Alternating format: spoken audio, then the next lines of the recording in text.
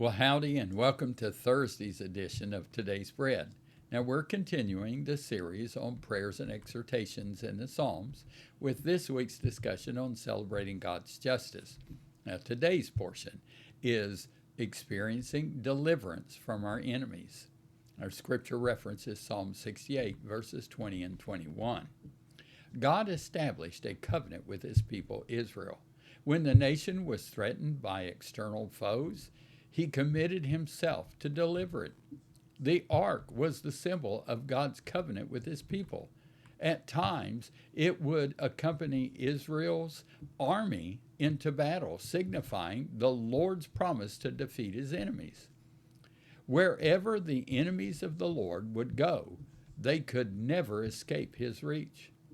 Whether it be as far away as Bashan, the land that is northeast of the Jordan River that extended to the southern border of Syria, or even the depths of the sea.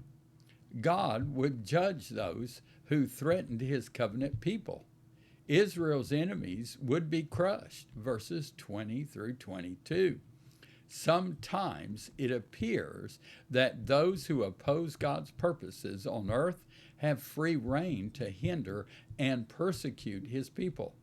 Rather than have free rein, their attempts to oppose the Lord's interests are used to bring about the very purposes they seek to hinder. God uses his enemies' strength, those who love him, to strengthen those who love him.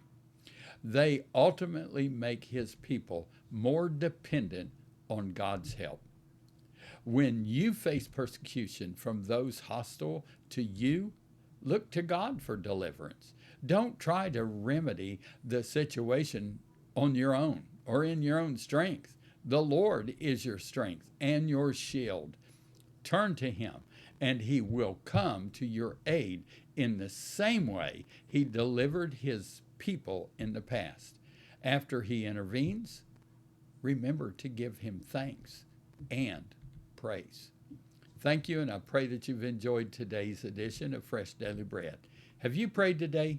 Well, Thursday's prayer focus is for dedicating the churches across our country to be set apart for Christ, committed to purity, worship, and outreach. Now remember, Jesus is coming back soon. Here's Thursday's blessing. I bless you with knowledge that the Spirit of him who raised Jesus from the dead lives in you, and he also gives life and health to your mortal body.